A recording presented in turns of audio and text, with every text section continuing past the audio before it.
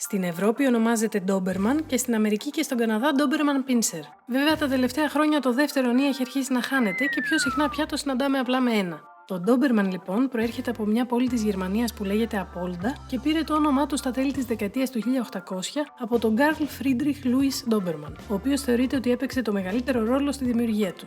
Ο Καρλ ήταν ο φοροεισπράκτορας της πόλης. Λόγω της δουλειάς του πουθενά δεν ήταν ιδιαίτερα ευπρόσδεκτος, γι' αυτό ήθελε να έχει δίπλα του ένα δυνατό και επιβλητικό σκυλί για να το συνοδεύει όπου αναγκαστικά είχε να πάει. Έτσι, μετά από πολλές προσπάθειες, δημιούργησε τα σκυλιά Doberman. Η ράτσα θεωρείται ότι είναι αποτέλεσμα διασταύρωσης πολλών και διαφόρων σκύλων, μεταξύ αυτών το Rottweiler, το γερμανικό Pinscher, το Black and Tan Terrier και άλλα. 5 χρόνια μετά το θάνατο του Καρλ, ένας φίλος του, ο Ότο Γκόλερ, ήταν αυτός που ίδρυσε το πρώτο Doberman Pinscher Club και μέσω αυτού καθιέρωσε επίσημα το πρότυπο της ράτσας και εξασφάλισε την ύπαρξή της μέχρι και σήμερα. Τα Doberman άρχισαν να γίνονται ιδιαίτερα δημοφιλή κατά τη διάρκεια του Δευτέρου Παγκοσμίου Πολέμου, όπου χρησιμοποιούνταν ως σκυλιά φύλακες. Κατά καιρούς ακούγονται διάφορες θεωρίες που υποστηρίζουν ότι ήταν σκυλιά των Ναζί, οι οποίοι τα χρησιμοποιούσαν ως μέσο για κάθε του σκοπό. Η αλήθεια είναι πως πράγματι είναι, όπως είπαμε, σκυλιά με γερμανική προέλευση, όμως δεν χρησιμοποιούνταν μόνο από τους Γερμανούς, αλλά από κάθε χώρα που τα είχε στην ευκαιριά της. Και φυσικά, ακόμα και οι Ναζί τότε δεν χρησιμοποιούσαν μόνο τα Doberman, είχαν και εκατοντάδες άλλα. Τα συγκεκριμένα όμως είναι σκυλιά που ξεχωρίζουν για τις ικανότητες και την εξυπνάδα τους και έτσι ήταν ένα πολύ σημαντικό όπλο για όποιον το κατήχε. Μπορούσαν να εκπαιδευτούν σε πολύ γρήγορους ρυθμούς για να ακολουθούν τους στρατιώτες στη μάχη, να κάνουν περιπολίες, να ανιχνεύουν εκρηκτικές ύλες, να διασώζουν τραυματίες και πολλά άλλα. Η βοήθεια που προσέφεραν σε κάθε τομέα ήταν τόσο μεγάλη που το Αμερικανικό Ναυτικό Σώμα κατέταξε τα Doberman ανάμεσα στους επίσημους πολεμικούς τους σκύλους. Το μέγεθός τους είναι μέτριο προς μεγάλο και έχουν δυναμική, μειώδη και αριστοκρατική εμφάνιση. Τα αρσενικά έχουν ύψος μεταξύ 66 και 71 εκατοστών και το βάρος τους κυμαίνεται στα 34 με 45 κιλά. Το ύψος των θηλυκών βρίσκεται μεταξύ 60 και 66 εκατοστών και το βάρος τους είναι στα 27 με 40 κιλά. Το μέσο προσδόκιμο ζωής τους είναι 10 με 12 χρόνια. Το τρίχωμά τους είναι κοντό και γυαλιστερό και αποτελείται κυρίως από μία στρώση τρίχας, γι' αυτό ούτε μαδάει πολύ ούτε θέλει ιδιαίτερη περιποίηση. Δεν χρειάζεται πολύ χτένισμα και μπορεί να κάνει μπάνιο μια φορά κάθε 2 μήνες. Το χρώμα τους μπορεί να είναι μαύρο, κοκκινοπό, γκριμπλέ ή μπέζ. Λόγω του λεπτού τριχώματός τους είναι ευαίσθητα στο κρύο και δεν αντέχουν το χειμώνα σε εξωτερικούς χώρους.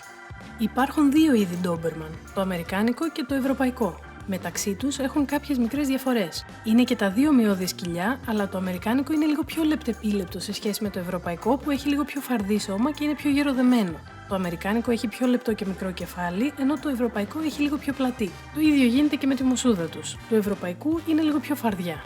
Η πιο εμφανής διαφορά τους βρίσκεται στο λαιμό, γιατί το αμερικάνικου είναι πιο λεπτός και κάνει μια χαρακτηριστική κούρμπα ακριβώς πριν το κεφάλι, ενώ του ευρωπαϊκού είναι πιο φαρδής και ίσιος χωρίς κούρμπα. Επίσης, το στήθος του πρώτου είναι πιο λεπτοκαμωμένο σε αντίθεση με του δεύτερου που είναι και πάλι λίγο πιο φαρδί. Τέλος, ενώ έχουν και τα 2 παρόμοιους χρωματισμούς, το αμερικάνικο έχει λίγο πιο ανοιχτόχρωμα δευτερεύοντα χρώματα σε σχέση με του ευρωπαϊκού που είναι συνήθως λίγο πιο σκούρα καφέ. Το ίδιο γίνεται και με τα μάτια τους, όπου στο ευρωπαϊκό είναι ελαφρά πιο σκούρα. Για να συνεννοηθούμε σε απλά ελληνικά, μπορούμε να πούμε ότι το αμερικάνικο είναι ένα πιο κομψό σκυλί, ενώ το ευρωπαϊκό είναι πιο νταβραντωμένο. Και τα 2 θεωρούνται εργατικά σκυλιά. Το Doberman είναι ένας πάρα πολύ έξυπνος και πιστός σύντροφος, δυνατός, άφοβος και στην κυριολεξία φτιαγμένος για να είναι ο τέλειος φύλακας. Έχει δυναμικό χαρακτήρα και για να γίνει ένα υπάκουο και διαχειρίσιμο σκυλί θα πρέπει να λάβει μια βασική εκπαίδευση και να κοινωνικοποιηθεί από μικρή ηλικία. Είναι συχνά διστακτικό με τους ξένους και δεν εμπιστεύεται εύκολα κάθε άγνωστο άνθρωπο που θα μπει στο σπίτι του. Όσο δυναμισμό και αν αποπνέει, είναι εξαρτώμενο από τους αγαπημένους του και δεν αντέχει να περνάει πολλές ώρες ολομόναχο ή χωρίς σημασία. Το Doberman είναι συντροφικός σκύλος και δεν μπορεί να ζει μόνος του σε ένα κήπο. Έχει ανάγκη να βρίσκεται μαζί σας και θα σας ακολουθεί παντού ασταμάτητα. Αν επιθυμείτε ένα τέτοιο σκυλί, θα πρέπει να ξεχάσετε την ιδιωτική ζωή. Παρόλο τον μερικές φορές πεισματάρικο χαρακτήρα του, εκπαιδεύεται πολύ εύκολα λόγω της τρομερής εξυπνάδας του. Κατατάσσεται ανάμεσα στα 5 πιο έξυπνα σκυλιά στον κόσμο. Μπορεί να γίνει ο καλύτερος φίλος με τα παιδιά της οικογένειας. Συνήθως δημιουργεί ισχυρό δεσμό με ένα από τα μέλη του σπιτιού και προσκολάται σε αυτό, όμως είναι έτοιμο να δώσει και τη ζωή του για όλους τους αγαπημένους του. Είναι πάρα πολύ σημαντικό για τα συγκεκριμένα σκυλιά, ειδικά μέχρι τον πρώτο χρόνο της ζωής τους, να γνωρίσουν ανθρώπους, άλλα ζώα και γενικά να έρθουν σε επαφή με τον κόσμο. Τέλος, είναι σκυλιά με κυριαρχικές τάσεις, γι' αυτό χρειάζονται σαν αφεντικό έναν άνθρωπο που μέσα από την εκπαίδευση και τη συνεχή επαφή μαζί τους θα τους κάνει να νιώθουν πάντα πως είναι ο επικεφαλής. Τα Doberman έχουν διαπρέψει μέσα στα χρόνια σε θέσεις της αστυνομίας και του στρατού, έχουν χρησιμοποιηθεί ως σκυλιά έρευνας και διάσωσης, ως σκύλοι βοηθοί σε ανθρώπους με αναπηρίες και έχουν υπάρξει πολλές φορές νικητές σε επιδείξεις και αγώνες σκύλων. Έχουν τεράστια αποθέματα ενέργειας, ασίγαστη όρεξη για παιχνίδι και χρειάζονται πολύ γυμναστική, μιας και είναι ιδιαίτερα αθλητικά σκυλιά. Λατρεύουν το τρέξιμο και κατατάσσονται ανάμεσα στα 10 πιο γρήγορα σκυλιά του κόσμου με ταχύτητα περίπου 52 χιλιόμετρων την ώρα. Η απαραίτητη άθληση είναι σημαντική για τη σωματική αλλά και την πνευματική τους υγεία.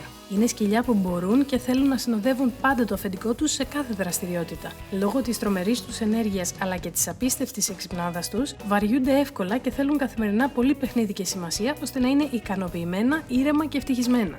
Αν δεν παίρνουν τη σημασία που χρειάζονται από τον άνθρωπό τους και δεν πληρούνται οι ανάγκες τους, είναι πολύ πιθανό να αποκτήσουν καταστροφικές συνήθειες, για παράδειγμα να κάνουν ζημιές στο περιβάλλον που ζουν ή να παρουσιάζουν ανεξέλεγκτη συμπεριφορά. Τα αρσενικά συνήθως ενηλικιώνονται και ηρεμούν λίγο, περίπου τον τρίτο ή ακόμα και τέταρτο χρόνο της ζωής τους, σε αντίθεση με τα θηλυκά που ενηλικιώνονται κατά το δεύτερο χρόνο τους. Ένας από τους πιο γνωστούς μύθους που κυκλοφορούν για τα Doberman είναι ότι κάποια στιγμή κατά τη διάρκεια της ζωής τους τρελαίνονται και επιτίθονται στα αφεντικά τους. Ότι αυτό γίνεται λόγω του μικρού τους κεφαλιού, όπου ο εγκέφαλός τους μεγαλώνει πιο γρήγορα από τα οστά του κρανίου τους, με αποτέλεσμα σιγά σιγά να πιέζεται και να τους προκαλεί μια κατάσταση τρέλας και επιθετικότητας. Μύθος. Δεν συμβαίνει κάτι τέτοιο με το κεφάλι τους και δεν επιτίθονται στους ιδιοκτήτες τους. Ούτε υπάρχουν επιστημονικές έρευνες που να υποστηρίζουν κάτι τέτοιο. Τα σκυλιά αυτά είναι πάρα πολύ πιστά και δημιουργήθηκαν εξ ολοκλήρου για προσωπική προστασία. Η προστασία των αγαπημένων τους δηλαδή είναι κυριολεκτικά στο ένστικτό τους. Οι πιθανότητες να τρελαθούν ή να επιτεθούν στα αφεντικά τους είναι ακριβώς ίδιες με αυτές οποιοδήποτε σκυλιού. Τα αυτιά τους από τα πρώτα χρόνια της ράτσας κόβονταν σε ένα σημείο ώστε να στέκονται όρθια και μητερά. Αυτό γινόταν γιατί τα συγκεκριμένα σκυλιά θεωρείται ότι έχουν τόσο καλή ακοή που μπορούν να ξεχωρίσουν ήχους μέχρι και 230 μέτρα μακριά. Άρα τα χαμηλωμένα αυτιά θα εμπόδιζαν τις δυνατότητές τους. Επίσης, μια και χρησιμοποιούνταν ως σκυλιά προστασίας, άρα και πιθανής μάχης, τα κρεμασμένα ελεύθερα αυτιά θεωρούνταν εύκολος στόχος για τον εχθρό, γιατί μπορούσαν να τραβηχτούν ή να κοπούν εύκολα.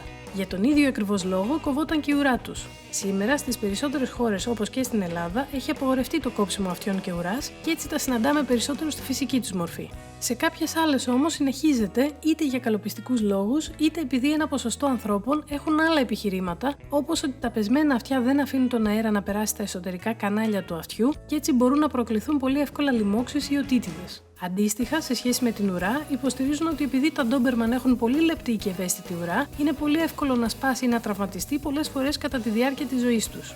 Γύρω στο 1976, δύο Doberman κανονικού χρώματος διασταυρώθηκαν και λόγω ενός μεταλλαγμένου γονιδίου δημιουργήθηκε ένα πανέμορφο κάτασπρο κουταβάκι. Δυστυχώς, στην εποχή εκείνη υπήρχε ελλειπής πληροφόρηση σε σχέση με τους κινδύνους που φέρνει μαζί του ένα τέτοιο γονίδιο και έτσι συνεχίστηκε η εκτροφή αυτών των σκυλιών. Τα τελευταία χρόνια, μετά από πάρα πολλές επιστημονικές έρευνες, γνωρίζουμε ότι τα κάτασπρα Doberman φέρουν πολλά προβλήματα και ασθένειες. Οι συχνότερες είναι μερική όραση ή τύφλωση, μερική ή ολοκληρωτική κόφωση, καρκίνο, κυρίως του δέρματος και άλλα. Παρ' όλα αυτά, εξακολουθούν μέχρι και σήμερα να υπάρχουν κάποιοι ανήθικοι εκτροφείς που πουλούν ακόμα άσπρα Doberman και σε διπλή τιμή, εκθιάζοντας τη σπανιότητά τους και πείθοντας ανήξερους αγοραστές ότι δεν θα εμφανίσουν κανένα πρόβλημα υγείας ποτέ.